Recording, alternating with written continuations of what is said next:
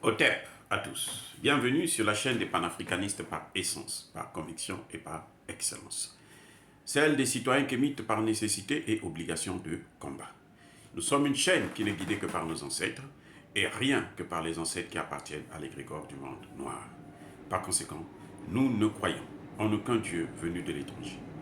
Toutefois, cette vidéo n'est aucunement destinée à inciter ni à la haine ni à la violence, car nous menons un combat qui est d'abord et avant tout spirituel, ensuite il est politique, géopolitique et géostratégique, contre l'impérialisme, le colonialisme, le néocolonialisme et l'endocolonat, sur la base du principe fondamental que nous avons hérité de nos ancêtres kémites, qui est celui de la Mahat, c'est-à-dire vérité et justice.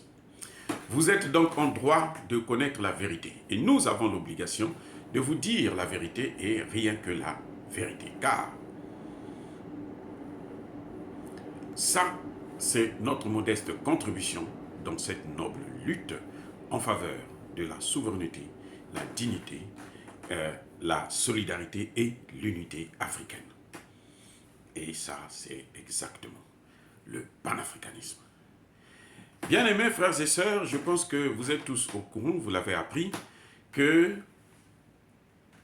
le porte-parole de la mission des Nations Unies au Mali a été sommé de quitter le Mali dans les 48 heures qui suivent. La note est tombée mardi, je crois, ou mercredi. Et donc, en ce moment, il est en train de plier ses bagages. Sinon, il est déjà même parti. Il a quitté le territoire. Ce n'est pas un fait anodin. Ce n'est pas quelque chose de négligeable. C'est très, très, très important, surtout sur le plan politique. Parce que c'est là qu'on comprend que la guerre entre la France et le Mali continue. La France a perdu sur le plan militaire, puisque Barkhane est condamné à quitter le territoire. Mais elle est en train de vouloir reprendre la main sur le plan diplomatique et onusien. Vous le savez très bien, les Nations Unies appartiennent aux grandes puissances. C'est la chose des grandes puissances, c'est leur affaire. Ce sont eux qui ont créé ça pour protéger leurs intérêts.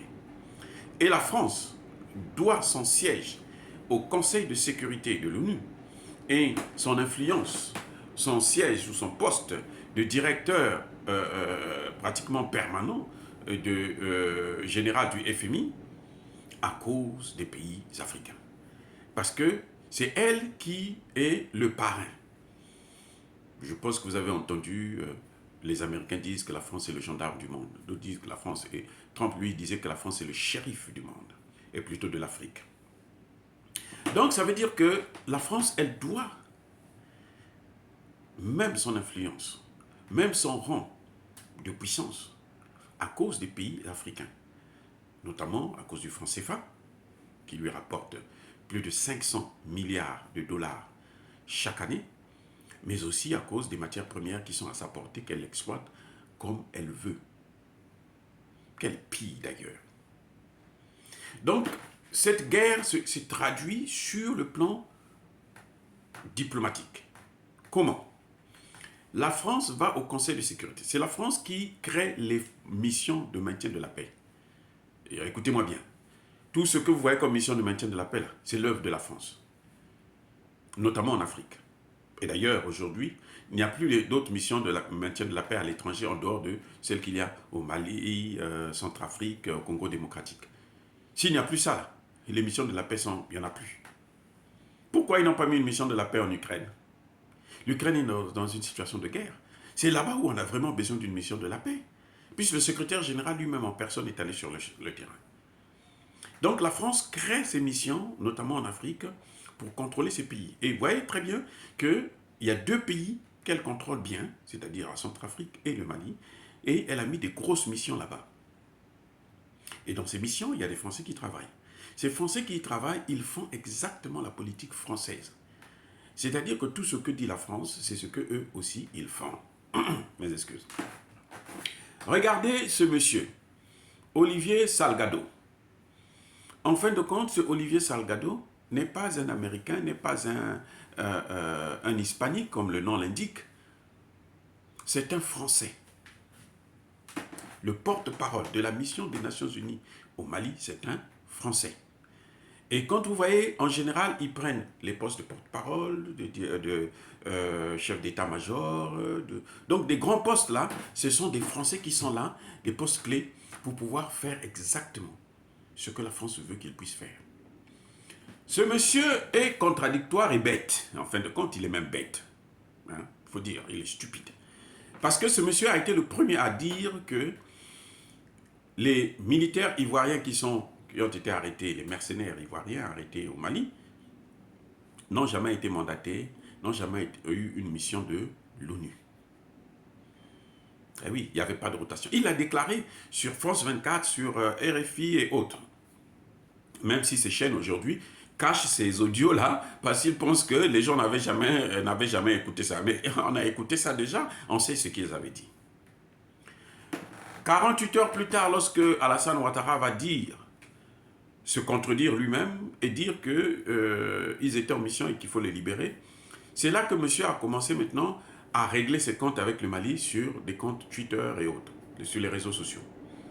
Et c'est là qu'il envoyait maintenant des messages pour dire que ce sont des militaires qui venaient pour soutenir la mission, ainsi de suite. Il a raconté des choses. Il dit qu'il a affirmé que le gouvernement malien était au courant de la mission de ces gens-là. Le gouvernement malien lui a demandé, ok, donne-nous les preuves que nous avons été au courant. Puisque quand vous envoyez aux Nations Unies, quand vous envoyez une lettre, si c'est par email, vous avez ça dans votre email. Si c'est par fax, vous avez le reçu que le fax est allé et il est arrivé. Si c'est par courrier normal, vous recevez l'accusé réception. Voyez, donc on lui dit, donne-nous maintenant la preuve. Au lieu de donner la preuve, il continue à maintenir sa position et inciter les gens à penser que le gouvernement malien, c'est un gouvernement de menteurs. C'est là que les Maliens ont pris la décision de le virer. Donc les Maliens ont tout à fait raison. Mais en fait, c'est la continuité de la guerre entre la France et le Mali. Et je crois qu'aujourd'hui, pour le Mali, pour qu'il soit un peu plus tranquille, il faut qu'ils enlèvent cette mission-là. Il faut qu'ils refusent le renouvellement de cette mission. Sinon, il y aura de très, très gros problèmes lors des élections.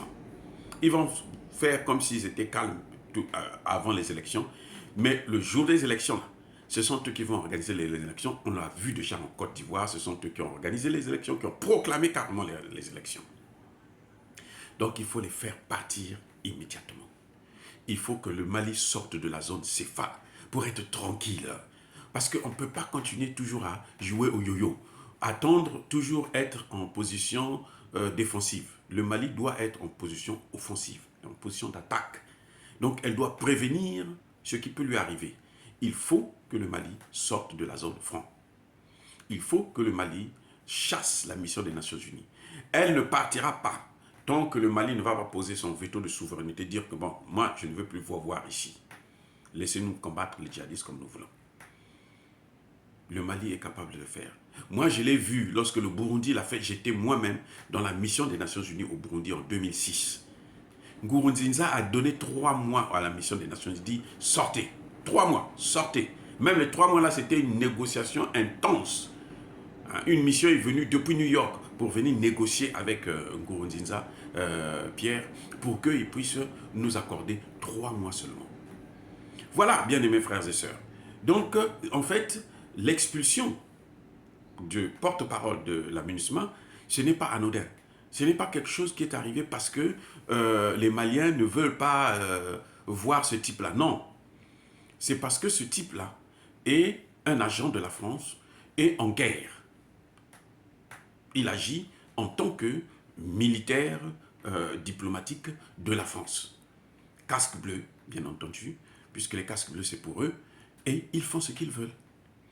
Et ça, c'est une très bonne leçon. J'espère qu'il n'aura pas une autre mission qui va l'accueillir, parce qu'un homme qui a été expulsé, en principe, on ne devait pas le prendre pour l'utiliser dans une autre mission. Mais vous allez voir, on va le prendre, le placer, soit au Centrafrique, soit au Congo démocratique, surtout qu'au Congo,